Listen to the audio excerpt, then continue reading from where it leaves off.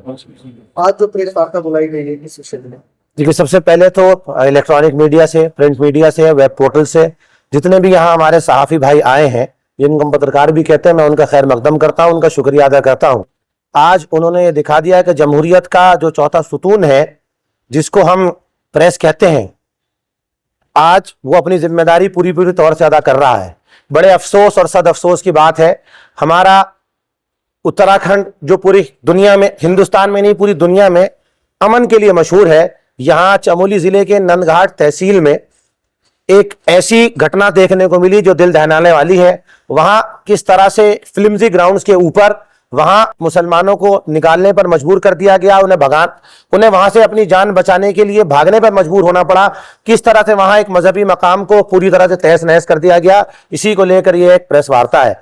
आज आपके चैनलों के माध्यम से, आपके अखबारों के जरिए से मैं ये कहना चाहता हूं, आज मुख्यमंत्री ने जो संविधान को साक्षी मानकर शपथ ली थी कि वो सारे मजहब के लोगों को एक नजर से देखेंगे, ऐसा हो नहीं रहा है। मुख्यमंत्री के बयान ये बहुत दुर्भाग्यपूर्ण है, जो बार बार लव जिहाद, लैंड जिहाद की बात करते हैं, लेकिन जिस तरह से मुसलमानों को पहाड़ से आए दिन धमकियां मिल रही हैं, पिछले साल हमने पुरोला में देखा, इस साल हमने हल्द्वानी में किस तरह से लोगों की जानों को जाते हुए देखा, फिर उसके बाद इस तरह के उनका कानून लाना जो कि एक धर्म विशेष को टारगेट करते हैं, ये निंदनीय है। हम इनकी कठोर शब्दों में निंदा करते हैं, करते रहेंगे, क्योंकि हमको इसका अधिकार संविधान ने दिया है। आज हम मुख्यमंत्री से इस प्रेस वार्ता के माध्यम से यह भी कहना चाहते हैं, अगर मुख्यमंत्री जी ने अपनी संवैधानिक जिम्मेदारियों का निर्वहन नहीं किया तो हम उनको जगाने का काम करेंगे। जैसा कि एक मुस्लिम समुदाय के विरुद्ध, ये मखसूस कौम के विरुद्ध ये घटनाएं बार बार पहाड़ में बढ़ रही हैं, ये चिंता का विषय है और इतिहास साक्षी है, किसी भी जालिम बादशाह को इतिहास ने याद नहीं रखा। इतिहास ने हमेशा उसको याद रखा है जिसने मोहब्बत से, प्यार से सब लोगों को अपना मानकर शासन चलाया है। हम मुख्यमंत्री से, उत्तराखंड सरकार से यही आग्रह करते हैं कि बिना किसी भेदभाव के जिन लोगों ने अपराध किया है उनके विरुद्ध ठोस सख्त से सख्त कार्रवाई करें। जिन लोगों के ऊपर महिला उत्पीड़न के आरोप लग रहे हैं, उसमें हमने देखा सल्ट में भी आरोप लगे हैं, नैनीताल जिले में भी आरोप लगे हैं, और वो किन लोगों पे आरोप लगे हैं ये दुनिया अच्छी तरह जानती है। लेकिन ये selective implementation of the law हो रहा है, इस सिलेक्टिव इंप्लीमेंटेशन को सरकार को रोकना पड़ेगा, तब हम मानेंगे कि सरकार संवैधानिक मूल्यों में खरी उतर रही है, वरना नहीं। क्या स्टेप रहेगा नेक्स्ट मुस्लिम सेवा संगठन का, क्योंकि लगातार पहाड़ों से इस तरह की सूचना खबरें फैल रही है? हम अपने शहर काजी साहब के नेतृत्व में आज ये कहना चाहते हैं कि हमने कल डीजीपी महोदय से इस बाबत समय लिया था। डीजीपी महोदय ने हमको आश्वस्त किया है कि जिन लोगों के खिलाफ, जिन लोगों के ऊपर आरोप लग रहे हैं इस तरह के तशद्दुद फैलाने के, उनके विरुद्ध सख्त से सख्त कार्रवाई की जाएगी। अगर किसी तरह से उत्तराखंड सरकार, शासन और पुलिस उनके ऊपर अगर कार्रवाई करने में नाकाम रही तो न्यायालय का दरवाजा भी खुला है, और लोकतंत्र में हमको जो कुछ हमारे अधिकार है उनका पूरा इस्तेमाल किया जाएगा और सरकार को चुनौती दी जाएगी। क्या कारण है कि देवभूमि उत्तराखंड एक सौहार्द की जगह मानी जाती थी और यहाँ पर टूरिज्म भी बहुत बड़ा है, तो इससे क्या मैसेज दुनिया में जाएगा? देखिए, इससे हमारे उत्तराखंड की ख्याति धूमिल हो रही है। जैसे हमने देखा, हमारे पास वीडियोस है और सोशल मीडिया पे सर्कुलेट हो रही है, जैसे कि कुछ राइट विंग के लोगों ने वहां पर किस तरह से इस तरह के लोगों को इकट्ठा किया और आह्वान किया कि इनको मारा जाएगा, काटा जाएगा, बेटियों के साथ बलात्कार किया जाएगा, और इस तरह के जो वीडियोस हमारे सामने आ रहे हैं, हम सरकार से यही मांग करते हैं कि इनकी जांच करें, और अगर जांच में ये लोग दोषी पाए जा रहे हैं इनके विरुद्ध सख्त से सख्त कार्रवाई करें। और मैं यहां उत्तराखंड के लोगों से भी एक अपील करना चाहता हूं, ये अमनो अमान का गहवारा है, हमारा उत्तराखंड सूफी संतों की जगह है, ये देवभूमि है, इसमें केवल सरकार की नहीं सारे तबके के लोगों की यह जिम्मेदारी है कि आपस में प्यार से रहे, मोहब्बत से रहे, एक दूसरे के साथ भाई भाई की तरह व्यवहार करें। हम सब इसी देश के लोग हैं, हम सब इसी देवभूमि के सपूत हैं, और इस देवभूमि की प्रतिष्ठा को बचाने के लिए हम सब आज एक संकल्प लेते हैं कि इस देवभूमि को, प्रतिष्ठा को बचाने का काम केवल सरकार अगर नहीं कर पा रही है, हम लोग मिलकर करेंगे। इस देश, यहां रहने वाले सारे पंथ के लोग, सारे समुदाय के लोग एक दूसरे के साथ मोहब्बत से मिलते आ रहे हैं और मोहब्बत के साथ रहते रहेंगे। ऐसी मेरे लोगों से भी अपील है, शांति बनाए रखें, संयम बनाए रखें, कानून को अपना काम करना। भाई साहब, चमोली में इतनी बड़ी घटना हुई है, क्या कुछ कहेंगे उसको लेकर? आपने किस हिसाब से भी मुलाकात करी? देखिए, कहना सुनना तो बहुत कुछ है, और सभी को, पूरी इंसानियत को इसका एहसास होना चाहिए कि अगर हम लोग पढ़े लिखे हैं, तालीम याफ्ता है, एजुकेशन हमारे पास है, तो हमें बिल्कुल पीछे जाना पड़ेगा कि हम, हमारे माँ बाप सबके एक हैं, माँ भी एक है, बाप भी एक है, तो उस नाते से हम आपस में भाई भाई हैं। लेकिन ऐसा कहीं नहीं हमने देखा कि भाई को इस तरीके से काटा जाए। और इस तरीके से एक तरफ तो हमारा ये दावा है कि मच्छर का पर भी ना उखड़ना चाहिए, दूसरी तरफ ये है कि मतलब कि दूसरे दूसरे तबके के लोगों को कुहाड़ी से काट दो, गंडासे से काट दो, तो मतलब इस तरीके से अफरा तफरी मचा दो। इस तरीके से काम, मतलब कि रहन सहन का, रहायश का मामला खराब हो जाता। अगर आप हमें उजाड़ देंगे, ऐसा भगा देंगे, पहली बात तो ये कि हमारे लिए जगह बताओगे, हम कहाँ जाएं? हम बताओ कौन सा दस्तूर है, कौन सा कानून है, या कोई इंतजाम आपने कर रखा है? अब ये दावा करना कि ये जमीन हमारी है, कैसे है? क्या कोई रसीद है आपके पास कि मुल्क हमारा है? हैं? इसमें तो सभी ने अपना खून दिया है, सभी ने बलिदान दिया है, सब लोग इसके लिए मर खप रहे हैं, सब कुछ हो रहा है। तो इस तरीके से काम नहीं चलेगा, और ऐसा नामुमकिन है कि आप किसी को मिटा दो। मिटाने वाला वो है जो पैदा करने वाला है, जो उसने पैदा किया है कि मुकद्दर में मिटना होगा तो एक मिट जाएगा। शासन प्रशासन ये है कि शासन प्रशासन तो हमारी मुहाफिज है, हमारी हिफाजत करने वाले हैं। अगर वो चाहें तो एक धमकी में पूरा हिंदुस्तान हिल जाएगा, एक धमकी में। अगर उन कानून को उनको समझाया जाए कि किस अथॉरिटी से, मतलब कि आपने 70 साल के लोगों को, जो 70 साल से यहाँ रह रहे थे, किस अथॉरिटी से तुमने उजाड़ा है इनको? तुम्हारा कुछ चाहिए इन पे?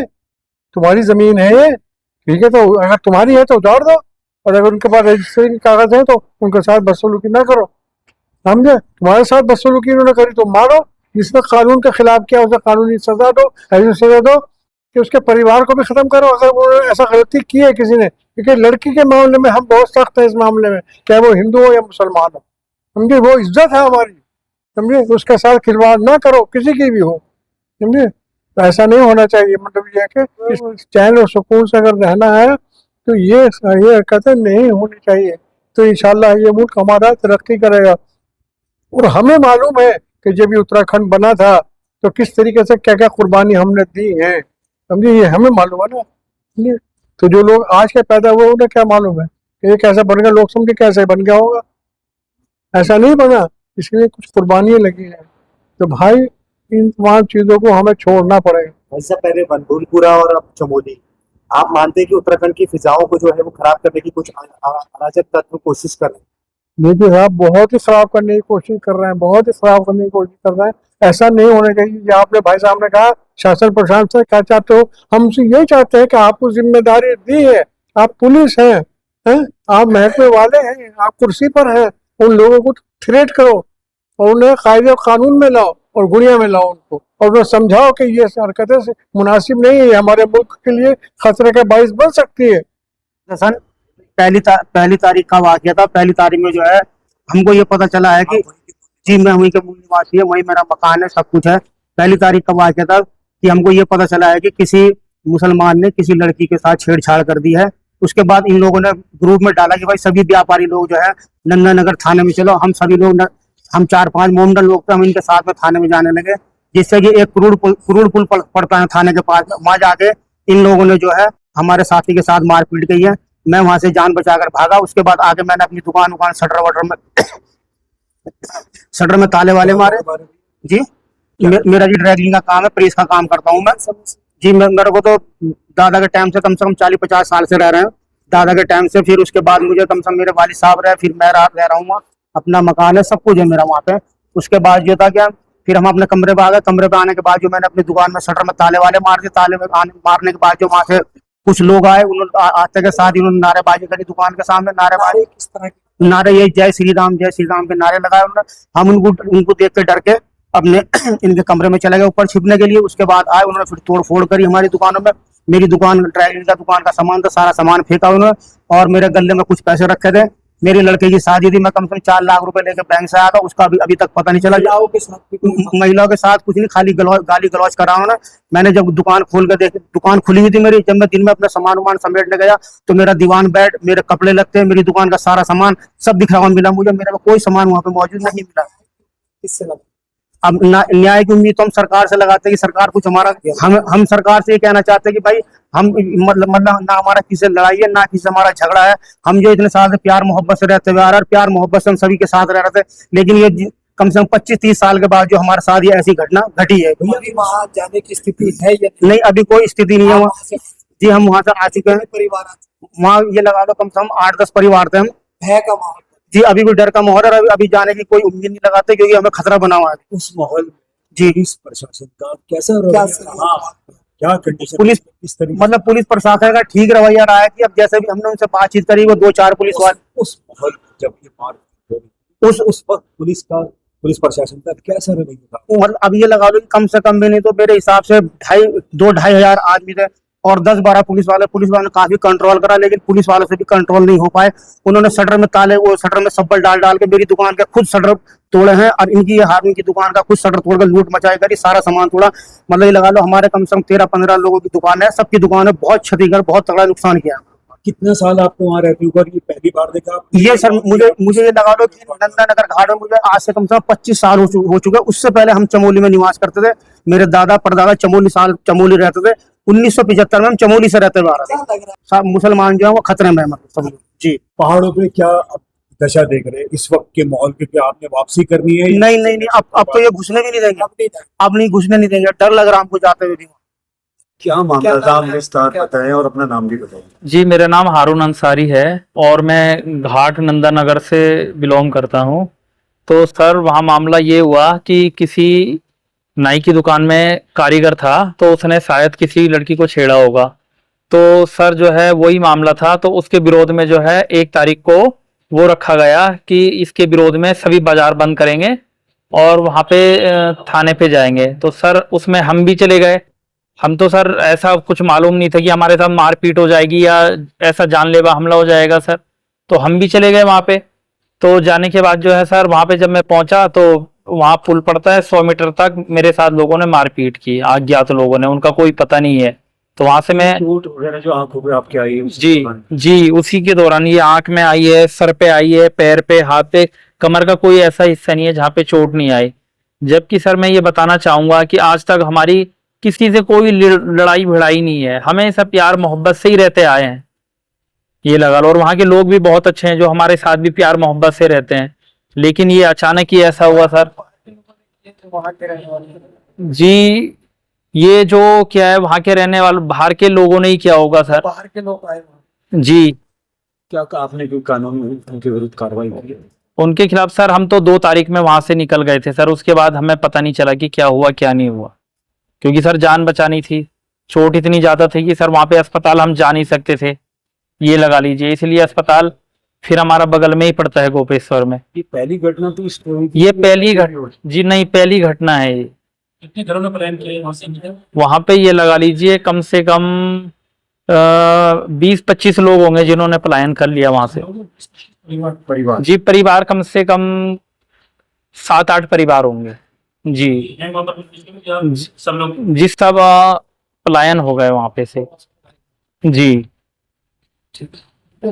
देखिए जिस तरह से अल्पसंख्यकों के साथ पिछले कुछ महीनों में वारदात होती चली आ रही है, जिस तरह से वसीम की मौत एक दुर्भाग्यपूर्ण घटना है, 2 लड़कियों का रेप हो जाना और उसके बाद सरकार की तरफ से ऑफिशियल बयान न आना इस बात को दर्शाता है। और अब चमोली में जो कुछ हुआ है, जो लोगों को घर का उजड़ना और वहां के मूल निवासियों को वहां से पलायन करने में मजबूर हो जाना, धार्मिक स्थलों को लगातार टारगेट बना के क्षतिग्रस्त करना, ये इस बात को दर्शाता है कि सरकार जो है वो अल्पसंख्यकों के लिए उनका रवैया ठीक नहीं है। अगर 10 दिनों के अंदर अंदर चमोली के लोगों को, नंदघाट के लोगों को दोबारा विस्थापित नहीं किया गया, वहां पर धार्मिक स्थल दोबारा से जैसे चल रहा था ऐसे नहीं बनाया गया, तो फिर संघर्ष होगा, फिर सरकार से लड़ाई होगी। क्योंकि सरकार से लड़ाई होना, वो लड़ाई कैसी होगी? वो संवैधानिक मूल्यों की लड़ाई होगी। वो संवैधानिक मूल्यों की लड़ाई लड़ना वो हमारा अधिकार है, संविधान ने हमें दिया है और उसमें बिल्कुल कोई कॉम्प्रोमाइज नहीं होगा, पीछे नहीं हटा जाएगा। हम मुख्यमंत्री जी से ये आग्रह करते हैं, ये अनुरोध करते हैं कि वो हम सबके संरक्षक हैं, मुख्यमंत्री होने का फर्ज अदा करें और इन लोगों को दोबारा विस्थापित करने के लिए अधिकारियों को दिशा निर्देश दें। अगर 10 दिन के अंदर मुख्यमंत्री जी ऐसा करने में कामयाब नहीं होते हैं या अपनी ड्यूटी निभाने में फेल होते हैं तो उनकी ड्यूटी जनता को याद दिलानी आती है।